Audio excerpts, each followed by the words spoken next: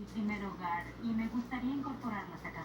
Quiero algo que me recuerde al jardín de mi madre. Me gustaban mucho las plantas, estaba lleno de flores. Quiero un espacio que me permita sentarme afuera y disfrutar y que me recuerde a mi mamá. Me parece, me encantaría lograr eso. Dos aspectos interesantes que deben tratar de combinar.